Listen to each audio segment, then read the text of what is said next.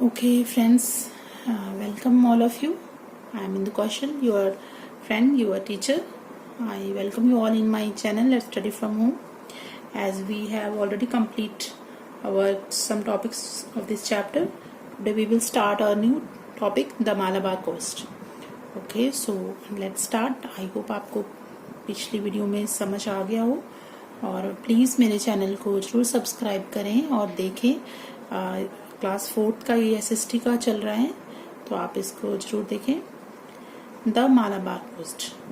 To the south of the Konkan coast is the Malabar coast. It extends from Goa to Kanyakumari. कहाँ से कहाँ तक है? Goa to Kanyakumari. Goa is famous for cashew nuts and beautiful beaches. ये तो हमको सबको पता है कि यहाँ पे बहुत ही ज्यादा अच्छे बीचेस है, इसके लिए फेमस है, लेकिन वहाँ पे कैशू के नट के लिए, काजू के लिए भी फेमस है. It is also famous for its churches and Portuguese architecture. वहाँ पे चर्चेस के लिए भी और पोर्तुगीज आर्किटेक्चर जो पुर्तगाली थी उनका जो वहाँ पे आर्किटेक्चर है उसके लिए भी फेमस है. आर्किटेक्चर क्या होता है आपको पता है ना? डिजाइन और style of a buildings. Okay. The coastal area of Karnataka are mostly covered with teak forest. जो कोस्टल एरिया है कर्नाटका का वो मैक्सिमम पार्ट जो उसका मोस्टली किस चीज से कवर है? Teak forest.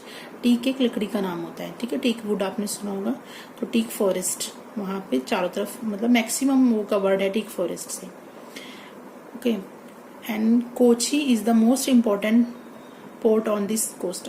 लाइन्स थोड़ा मेरे बेटे ने ऊपर नीचे लगाई है, आपको दिख नहीं रहा होगा, मैं पढ़ रही हूँ. Kochi is the most important port of this coast. इस कोस्ट में कोची जो है बहुत ही ज्यादा इम्पोर्टेंट पोर्ट है वहां का. Kerala is also known as God's own country. Kerala को गॉड्स ओन कंट्री के नाम से भी जाना जाता है. क्यों जाना जाता है? क्योंकि वहां पे केरला बहुत ब्यूटीफुल जगह है. अगर आपने विजिट किया होगा तो या मूवीज में देखा हो या पिक्चर्स में देखा हो, केरला बहुत अच्छा, मुझे भी बहुत अच्छा लगता है. इसमें बहुत अच्छे अच्छे हिल्स हैं, फील्ड है, इतने अच्छे घने जंगल हैं, वाटर्स हैं, बीचेस हैं, बहुत ही अच्छे से ये कवर है. तो ये इसलिए इसको गॉड्स ओन कंट्री भी कहा जाता है. ये आपसे क्वेश्चन पूछा जा सकता है कि गॉड्स ओन कंट्री किसको कहा जाता है? Kerala. It has hills, green fields, thick forest, backwater and beaches. देखिए यहाँ पे पिक्चर्स में देखिए यहाँ पे बैक वाटर के थोड़ा सा इसको दिखाया गया है. ये छूट दिखाया आपको पिक्चर्स में भी मैंने, ठीक है. ओके. बैक वाटर था ये केरला का. और बैक वाटर एक्चुअली में वाटर इसको क्यों कहा जाता है back water? Because the lake water is actually fresh river water. जो पानी होता है फ्रेश होता है, comes down from the river से ही आता है. और ये जो वहाँ पे फील्ड होती है किसी चीज के लिए वो यहाँ पे यूज करते हैं और फिर ये बाद में आगे जाके मर्ज हो जाता है ओशन के साथ जाके मिल जाता है. ये वहाँ पे एक तरफ से स्टे हो जाता है. थोड़ा इतना फ्लो नहीं होता पर होता है, बट इतना नहीं होता. Because the lake water is actually fresh river water that comes down from the river and is then used for the paddy fields whenever the need be, and later the lake water as it goes ahead. Okay, तो ये beautiful view है backwater of Kerala का, ठीक है. Backwater इसको क्यों कहा जाता है? क्योंकि ये वहां पे रहता है, पानी स्टे रहता है. इसको बैकवाटर इसको यूज करते हैं फील्ड में, हर जगह पर इसको यूज किया जाता है. और ये जो है यहाँ पे ना ये एक चीज ये भी है कि ये जो है यूज भी होता है, फिर यूज होने के बाद जो है अपने आप ही आगे जाके समुद्र में जाके मिल जाता है, ठीक है. ओके. कहाँ तक हमने पढ़ा था? हाँ, ओके. ये हो गया. Kerala is also known as God's own country. It has hills, green field, thick forest, backwater and beaches. Okay. And Anamudi और Anaimudi in the Anaimalai hills is the highest mountain peak on the Western घाट.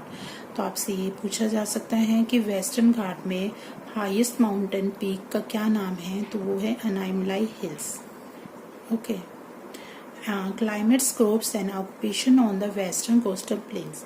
अब हम इसके वहाँ के जो climates हैं, वहाँ पे क्या फसल है, क्या वहाँ पे व्यापार किया जाता है, क्या है ऑक्यूपेशन लोगों का, वो हम पढ़ेंगे. Important towns and cities along the coast are. कौन कौन सी सिटीज हैं इम्पोर्टेंट जो उसके कोस्ट के साथ है? देखिए मैंने कोस्ट हो गया या कोई भी अब वर्ड्स आते हैं, पोर्ट हो गया या हार्बर्स हो गए, इसको मैंने बहुत अच्छे से आपको एक्सप्लेन कर चुकी हूँ मैं पीछे। आपने नहीं देखा हो तो पिछली वीडियो में अच्छे से देख लीजिएगा। तो चलिए आगे बढ़ते हैं। द क्लाइमेट ऑफ, अच्छा यहाँ तक हमने पढ़ लिया है। Important towns and cities along this coast are, कौन कौन सी हैं? ये कांडला है, अहमदाबाद है, सूरत, मुंबई, पणजी, मैरमेगियो, कोची, कोझिकोड एंड तिरुवनंतपुरम। ओके, ये है। और यहाँ का क्लाइमेट कैसा है? The climate of the western coastal plain is very hot and humid during, काफ़ी गर्म रहता है वहाँ पर, मैक्सिमम टाइम वहाँ ज़्यादा गर्मी रहती है। समर के टाइम वहाँ काफ़ी ह्यूमिडिटी भी रहती है। And people wear light cotton clothes, वहाँ पे बहुत ही लाइट कॉटन क्लोथ्स पहनते हैं। And this region receives heavy rainfall, उसी जगह पर बहुत ज़्यादा हैवी रेनफॉल होता है फ्रॉम द मानसून विंड। जब मानसून की जो हवाएं चलती है उस टाइम समर के दौरान वहाँ पर काफ़ी हैवी रेनफॉल होता है। It is cool and pleasant during winter season, और विंटर सीजन में ये थोड़ा ठंडा और बहुत ही अच्छा सुहाना मौसम होता है उस तरफ। और वहाँ के क्रॉप्स क्या होते हैं? Rice is the main crop and other crops are coconut, groundnut, sugarcane and tobacco. और ऑक्यूपेशन है, the chief occupation of the peoples are agriculture and fishing. ठीक है, क्या है? एग्रीकल्चर और फिशिंग। फिशिंग तो हो गई क्योंकि जहाँ पर समुद्र होते हैं वहां पे फिशिंग जो सबसे इम्पोर्टेंट है कि वो होता ही होता है वहां पे। ओके, ये देखिए एक पिक्चर में यहाँ पे दिखाया गया है pelicans in the Chilka bird sanctuary. एक नाम है एक सेंचुरी का जहाँ पर बर्ड्स का, देखिए इस तरह के बर्ड्स वहाँ पे पेलिकन्स लिखा हुआ है। ये देखिए कितने ब्यूटीफुल है ये। ओके, चलिए the eastern coastal planes. Okay, तो हमारा ये था, हमने पढ़ा था हमारा the western coastal planes. Okay, तो इसमें हमने क्या क्या पढ़ा था? द वेस्टर्न में द गुजरात कोस्ट के बारे में, द कोंकण कोस्ट के बारे में, द मालाबार कोस्ट के बारे में। इसमें 3 कोस्ट हमने पढ़े हैं।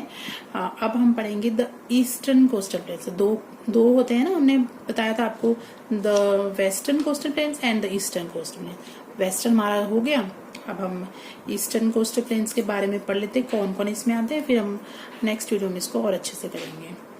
The eastern coastal plains lie between the Bay of Bengal and the Eastern Ghat. ये कहाँ पर पड़ते हैं?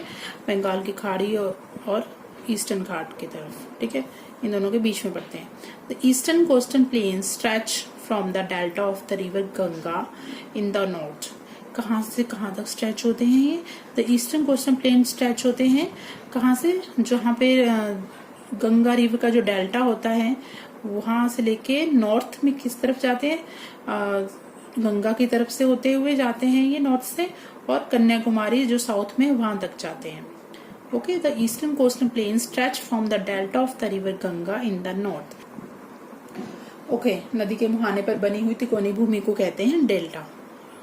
और नॉर्थ में रिवर गंगा जो डेल्टा बनाती है वहां से लेके कन्याकुमारी जो साउथ में है वहां तक ये स्ट्रेच हो जाता है।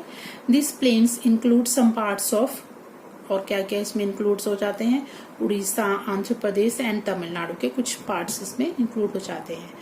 This plain is much wider than the western coastal plain. ये थोड़े से वाइडर है, थोड़े से इसको मतलब चौड़े हैं ये वेस्टर्न कोस्टल प्लेन के कंपैरिजन में। And this plains can be broadly divided into 2 parts. और ये जो प्लेन्स है वो उनको हम 2 पार्ट में बांटते हैं। कौन कौन से? The northern part that lies in the north of river Krishna is called the Northern Circars. जो नॉर्दर्न पार्ट है जो कहाँ पर पड़ता है? जो नॉर्थ की तरफ जो रिवर है कृष्णा, उसको क्या कहता है? Northern Circars. And the southern part is called the Coromandel Coast. ठीक है, नॉर्थ की तरफ नॉर्दर्न सरकार्स और साउथ की तरफ को कोरोमंडल कोस्ट। ये 2 हैं। अब इनको हम अच्छे से ब्रीफली आगे डिस्कस करेंगे। ठीक है, आज की वीडियो के लिए इतना बहुत है। नेक्स्ट वीडियो में हम नॉर्दर्न सरकार्स और कोरोमंडल कोस्ट को पढ़ेंगे। तो तब तक के लिए प्लीज लाइक करें, सब्सक्राइब करें और कमेंट्स करें। Thanks you so much for watching.